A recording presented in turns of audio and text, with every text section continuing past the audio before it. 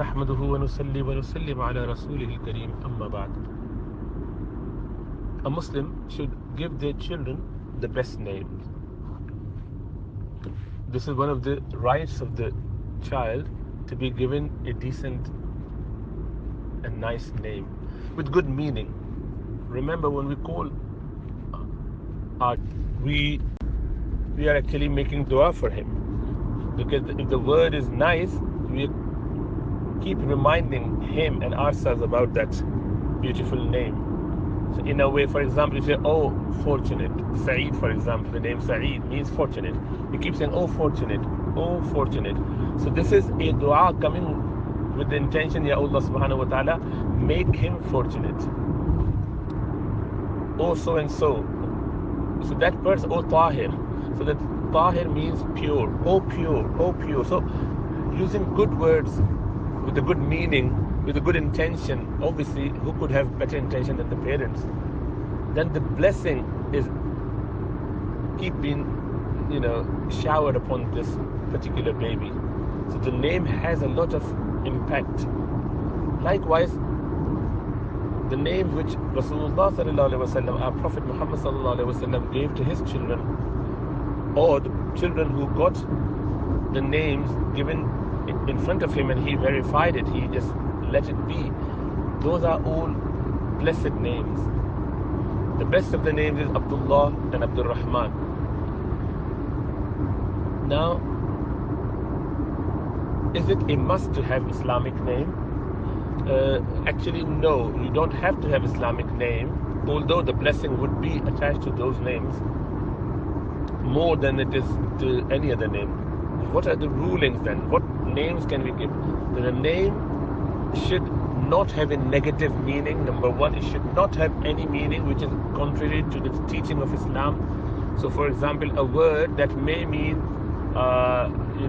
slave or servant or, creation of other than Allah, for example. So that would be haram name. So a name which goes against the Islamic principles, so you can't have that name. With a bad meaning, negative meaning, you can't have that name. The name should be good with its meaning. It should not have a negativity there. And then ideally, so those are the two main conditions. So it could be in any language, but if it is in the language of other than Islam, like a word which is not based in Muslim culture or Muslim identity, then that word or that name should have a good meaning regardless, which is a condition for all the names anyway. But obviously there will be less blessing and barakah in that. So to have a name which has okay meaning, but it hasn't got any religious connotations, like some blessings attached to it, some Islamic background or culture attached to it, then it's okay, but it's not the best. And this is one of the earliest gifts from parents to the child. So you should try and give the best name.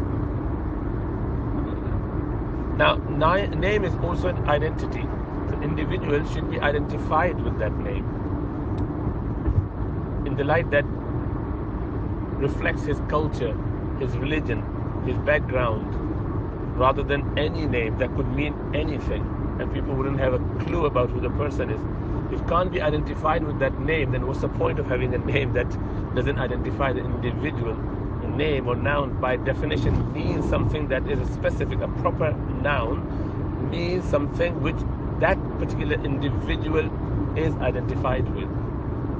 So if you can't identify whether this is male or female, for example, this is Muslim or non-Muslim, this is from this culture or that culture, then we are not serving the purpose of the name. So one should try their best to have a name which is blessed, which has a lot of barakah attached to it. The names loved by Allah subhanahu wa ta'ala, the names used by Rasulullah sallallahu alaihi wasallam for his people around him at that time, the name he gave his children and his people at that time, or Allah subhanahu wa ta'ala gave to certain prophets, other people, those names are going to be the best anyway. So we should try and give them the name. As I mentioned, if you give a name which hasn't got any negative meaning, yet it hasn't got any positive meaning either, like it's an okay meaning, it's just fine. For example, someone called their son tree or air. There's nothing wrong with that. You can have that name, but what are you achieving by that? There's no barakah attached to it. Now you keep calling someone with that name,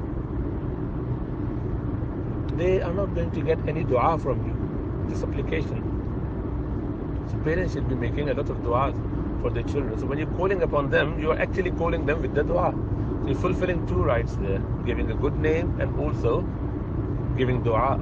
Anyone who would call that individual, O Sa'id, O Sa'id, O Sa'id, O Tahir, O Tahir, O Tayyib, O Hassan, all of those are very beautiful meanings. So you're actually calling upon that individual, but also giving the dua of that name, and he would, inshallah ta'ala, will be embellished with those beautiful attributes which are part of that name. Anyone who's calling upon this, and normally we call our children when they're young, small, living together, quite a few times a day. So why to miss on this opportunity? Anyway, so with that information, one should try and give the best name to their children so that there is blessing and barakah. May Allah give us tawfiq in this time.